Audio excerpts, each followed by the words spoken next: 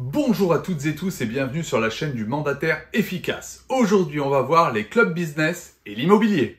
Allez, c'est parti!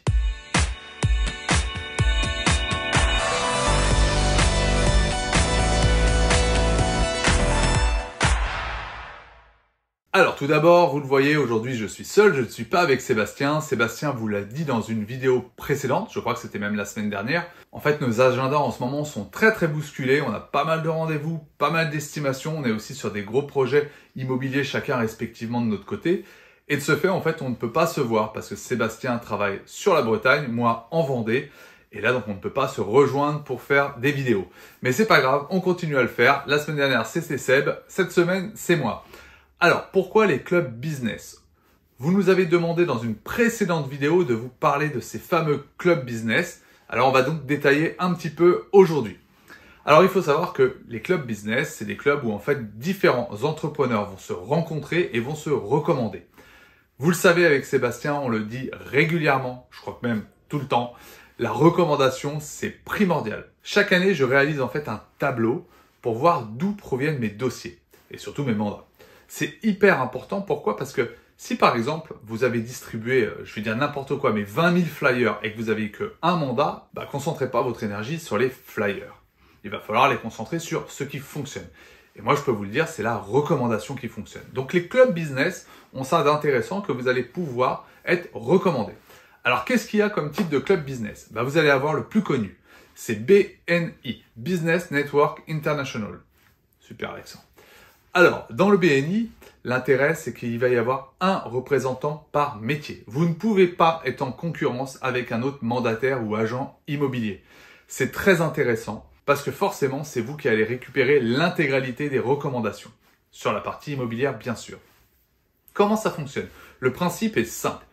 C'est qui donne, reçoit. Ça veut dire quoi? Ça veut dire que tout simplement, il va falloir que vous recommandiez, peut-être, je ne sais pas s'il y a un peintre, vous allez lui recommander une affaire, un menuisier, etc., etc. Et eux, en échange, vont vous recommander.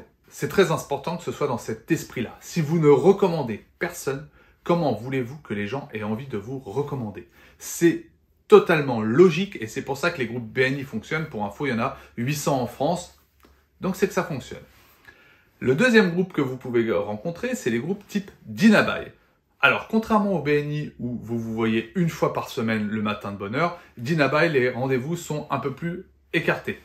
Ça va vous permettre aussi de faire des rencontres business. Généralement, c'est des petites tables où vous circulez, c'est-à-dire que vous êtes 5 par table, vous vous présentez, hop, vous changez de table, etc., etc. Ça peut être aussi très intéressant. Alors après, il y a d'autres choses. Vous pouvez y avoir des associations qui font ça. Vous avez aussi, je crois, Carbao. Bref, vous en avez plusieurs. Renseignez-vous sur votre secteur.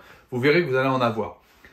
Essayez à tout prix de rentrer dans ces groupes. Je peux vous assurer que ça vous apportera des dossiers. Maintenant, si vous vous lancez tout juste dans l'immobilier et que vous connaissez personne sur votre secteur, que vous n'avez pas de clients, c'est plus compliqué parce que ça va être compliqué de recommander. C'est-à-dire que si effectivement vous n'avez pas de clients qui ont des projets de faire de la peinture, de la menuiserie parce que vous n'avez pas vendu de biens et donc il n'y a pas de travaux qui en découlent derrière, ça va être compliqué de faire de la recommandation. Donc peut-être attendez un petit peu, constituez-vous déjà un petit portefeuille et dans ce cas-là, vous allez pouvoir commencer à recommander. Mais de toute façon, même en dehors d'un club business, n'hésitez pas à avoir toujours un petit carnet d'adresses avec un peintre, un menuisier, un maçon ou autre parce que quand vous faites visiter des maisons, s'il y a des travaux, c'est toujours un bon plan.